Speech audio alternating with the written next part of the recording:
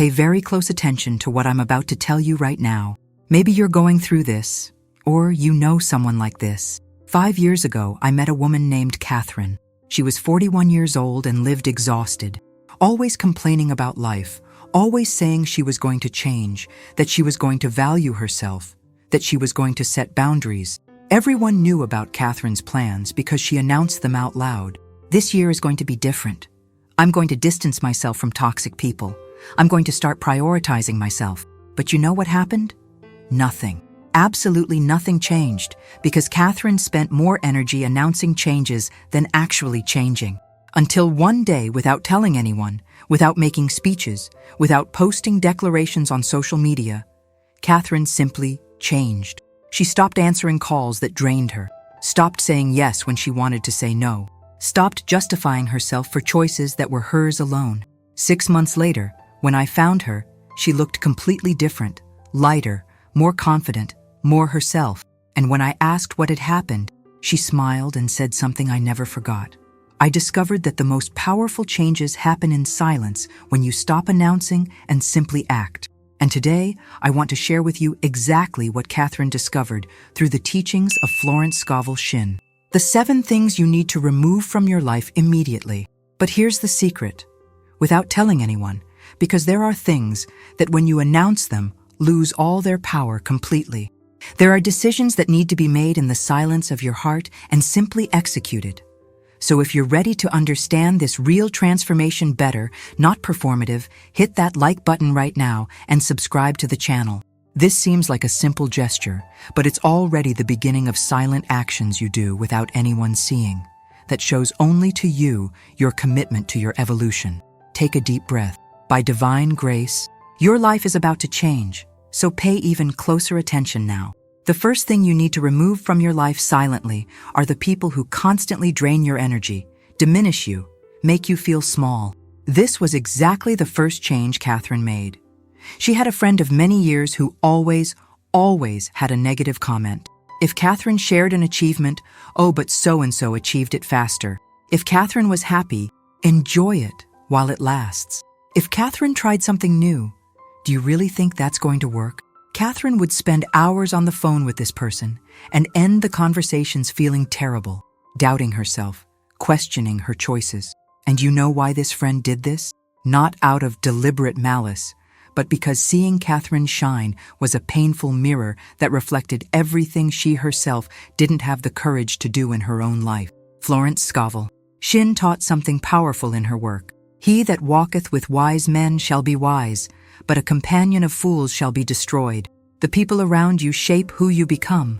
If you spend time with people who diminish you, you're going to start believing you're small.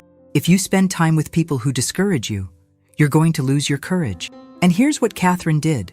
She didn't have a dramatic conversation. She didn't send a message explaining why they were drifting apart. She simply started creating distance, stopped answering every call, took longer to respond to messages, was no longer available for meetups. And when the friend asked, "Is everything okay?" she simply responded, "Yes, just busy," without long explanation, without justification, without drama. And you know what happened? The friend eventually understood the message and moved on. And Catherine gained mental peace she hadn't had in years. You don't need to announce that you're going to distance yourself from someone. You just need to start distancing yourself. And when you do this in silence, you maintain all your power, because the moment you explain, you open space for manipulation. The person will try to convince you that you're exaggerating, that you're too sensitive, that they'll change. But when you simply act without explaining, you close that door. And yes, the person might be confused, might even speak badly of you, might say you've changed. And you know what? That's okay, because you really have changed. You've evolved, and not everyone deserves to understand your evolution. Not everyone earned the right to witness your transformation. Some people were only meant to be part of your old story, not your new chapter.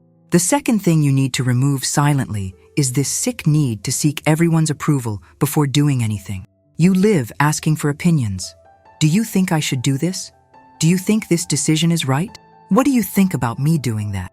And why do you do this? Because deep down, you don't trust your own choices. You need other people to validate your decisions to feel safe. But here's the truth.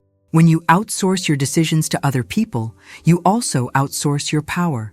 You stop being the protagonist of your life and become a supporting character, waiting for direction from others. How many times have you already stopped doing something your heart was screaming to do because someone said it wasn't a good idea? How many opportunities have you lost because you sought approval and the person discouraged you? Florence Scovel Shinn warned us clearly. He who observes the wind will not sow, and he who regards the clouds will not reap. If you keep waiting for perfect conditions, everyone's approval, the ideal moment where no one will criticize your choices, you will never act, never sow, never reap. And how do you remove this need for approval? You simply stop asking. Next time you have to make a decision, make it alone. Pray, seek God, listen to your intuition, and then decide without taking a poll, without asking 10 different people's opinions, without seeking external validation. And when you announce the decision already made, if you even need to announce it, you don't ask what do you think. You simply say, I've decided to do it this way. Period. Not open for debate. And in the beginning, it's going to be uncomfortable. You're going to feel that anxiety, that fear of making the wrong decision, but it's exactly by going through this discomfort that you build confidence in yourself. Each decision you make alone, each time you trust your judgment, you're strengthening your capacity to self-govern. And here's the magic. When you stop seeking constant approval, you discover you're much more capable than you imagined. You find an inner wisdom that was always there, just waiting for you to trust it enough to listen. The third thing that needs to leave your life is the habit of giving endless explanations for everything you do. Someone invites you to something you don't want to go to, and instead of simply saying, I can't make it, you release a 5-minute justification. Oh, it's just that I'm really tired, you know? And I also have to wake up early tomorrow, and the week is busy, and I really need to rest, and I don't know if I'll have time. Why do you do this? Because subconsciously, you think you need to prove your decisions are valid, that you need to convince the other person you have good reasons for doing what you're doing. But let me tell you something liberating. You don't owe an account of your life to anyone. If you don't want to go, you don't want to go. You don't need 10 reasons. No is a complete sentence. If you decided to do something different, you decided. You don't need to convince anyone it was the right choice. Florence Scovel Shinn reminds us, God has not given us a spirit of fear, but of power and of love and of a sound mind. When you over-justify, you're acting from a place of cowardice, of fear of judgment. But when you simply affirm your decision without explaining too much, you're acting from the place of power God gave you. And pay attention to this. Every time you give a long explanation, you're opening space for questioning. The person can take each of your reasons and try to deconstruct them. But you could wake up a little later. But you said you were going to rest on Saturday. But this opportunity is important. But when you simply say, I can't make it, or I decided not to go without extensive justification, you close the door to debate. So practice this. Short, direct, firm responses. Can't make it. Decided to do it differently. Doesn't interest me. Don't feel comfortable with it. Period. Without the why, followed by 1,000 explanations. People are going to find it strange at first. They're going to insist on knowing why. And you're simply going to repeat your position with kindness, but firmness. This isn't being rude. This is having healthy boundaries. And healthy boundaries are an act of self-love. They protect your energy, your time, and your peace of mind. Every time you set a boundary without over-explaining, you're teaching people how to treat you. The fourth thing you need to silently eliminate are the constant comparisons that make you feel inferior. You live comparing yourself with people who have the perfect body, with the neighbor who has the beautiful house, the perfect car, with that acquaintance who travels the world, with influencers who seem to have the dream life, and with each comparison, you come out losing. You feel ugly, failed, behind, inadequate, undeserving. But here's the brutal truth. You're comparing your complete reality with all the backstage, with the appearance of carefully edited perfection of other people's lives. You're comparing your worst moment with their best moment, that perfect frame that took 50 tries to get. And this is fundamentally unfair to yourself. Florence Scovel Shinn was clear in her teachings. We dare not compare ourselves with some who commend themselves, but they measuring themselves by themselves and comparing themselves among themselves are not wise. When you compare yourself with others, you lose your sense of unique purpose, because God didn't create you to be them. He created you to be you. So how do you stop comparing? First, you clean up your social media, and you do this in silence. You don't post, "I'm doing a digital cleanse." You simply unfollow every account that makes you feel bad about yourself. That fitness influencer who makes you feel fat. Delete. That guy who only posts flaunting money and luxury and makes you feel poor. Delete. That home decor account that makes you feel your house is ugly. Delete. That acquaintance who only posts achievements and makes you feel like a failure. Delete. Without guilt, without explanation. You're healing your mind, and this isn't selfishness. And second, every time you catch yourself comparing, you consciously reframe the thought. Instead of "they're so much more attractive and successful than me," think, "they have their beauty and their achievements, and I have mine. Both are valuable." Instead of "they've already accomplished so much and I haven't accomplished anything," think, "they're on their journey, I'm on mine. God has perfect timing for me." And you begin to genuinely celebrate others' success because their success doesn't steal yours. There isn't a limited quantity of blessings in the world. When someone shines, it doesn't dim your light. Actually, it proves it's possible to shine. And if it's possible for them, it's possible for you too. The fifth thing you need to silently eliminate is your toxic relationship with the past.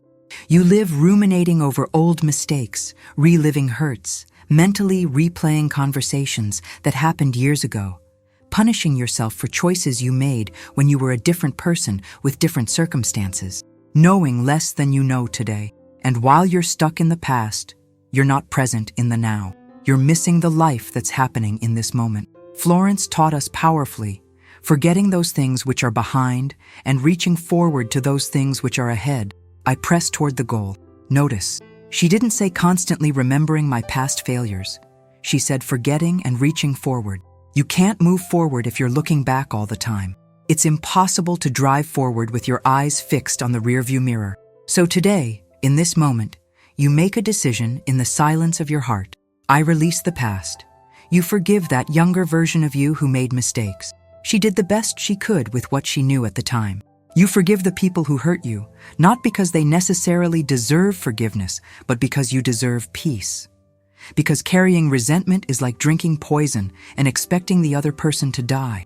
And how do you do this practically? Every time your mind tries to drag you back to that mistake, to that hurt, to that painful moment, you consciously say to yourself, "That was then. This is now. I'm different now. I learned and I grew. I choose to be present." And you bring your attention back to the current moment, to your breathing, to where you are, to who you are today. And if you need to, write a letter to your past self, a letter of forgiveness, of understanding, of love. Write everything you'd like to say to that more wounded version of you, and then burn that letter. Symbolically, transform that pain into ashes that the wind carries away. You don't need to announce this. You don't need to tell anyone you're releasing the past. This is internal work, sacred, between you and God. This is the kind of transformation that happens in the quiet hours when nobody's watching. This is where real healing begins. The sixth thing that needs to leave your life is the paralyzing perfectionism that prevents you from doing, from trying, from living fully. You postpone your dreams waiting for the perfect moment. You don't start because you're afraid of not doing it perfectly. You paralyze yourself in infinite planning, but never act. And meanwhile, people less qualified than you, but braver, go and do and succeed. And you stay stuck with all your unrealized potential because you're waiting to be perfect before starting. But here's the truth. You're never going to be perfectly ready. It's never going to be the perfect moment, and especially perfection doesn't exist. Florence warned about this. He who observes the wind will not sow, and he who regards the clouds will not reap. If you wait for perfect conditions, you'll never begin. And if you never begin, you never finish. And if you never finish, you never achieve. So today, you decide. Progress is better than perfection. Imperfect action is better than perfect planning. And you don't announce this change. You simply start acting. That project you've been postponing for months. Start today, imperfect and all. That difficult conversation you're avoiding. Have it today, even without knowing exactly what to say. That dream you're saving for when everything is aligned. Start working on it now with what you have.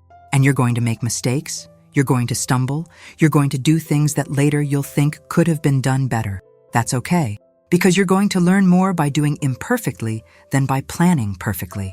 The person who launches the product with some flaws learns infinitely more than the person who spends years planning the perfect product but never launches.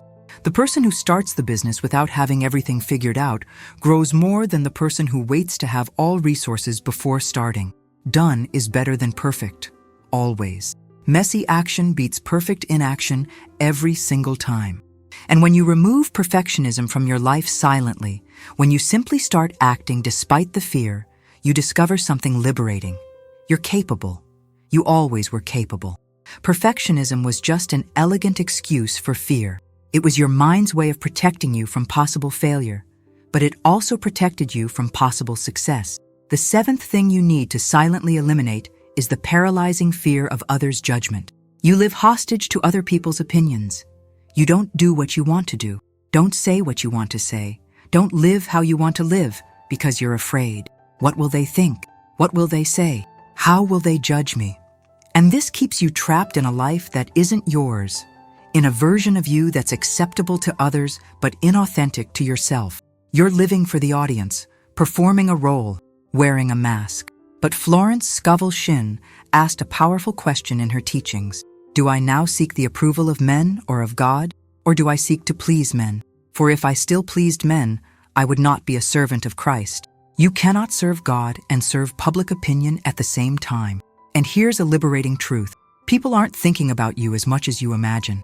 Most are so busy with their own lives, worries, and dramas that they barely have time to truly judge you. And those who have time and energy to judge other people's lives, these are exactly the people whose opinion shouldn't matter, because they clearly don't have anything better to do. So today you decide, I release the fear of judgment. And you do this through small acts of courage. You wear that outfit you love, but were always afraid of what others would think. You express that opinion you always kept because it was controversial. You do that thing you always wanted to do, but didn't, because what will they think? And you do all this without announcing, without asking for approval, without explaining yourself. You simply act and let people think what they want. And you know what happens? The sky doesn't fall. People either don't notice or notice and don't care that much, or even admire you for having the courage to be yourself. And those who judge, let them. Let them waste energy judging while you're busy living. Because at the end of your life, you're not going to regret what you did. You're going to regret what you didn't do because of fear of others' opinions. You just discovered the 7 things that need to leave your life silently. 1. People who drain your energy. 2. The need for constant approval. 3. Excessive justifications. 4. Destructive comparisons. 5. Resentments from the past. 6. Paralyzing perfectionism. 7. Fear of others' judgment. And here's the most beautiful part. When you remove these 7 things, you create space. Space for true relationships. Space to be authentically you. Space to experiment, try, fail, and learn. Space to live according to your values, not others' expectations. And no one needs to know you're doing this. No one needs to applaud your courage. No one needs to validate your choices, because these changes aren't a performance for others. They're real transformations for yourself.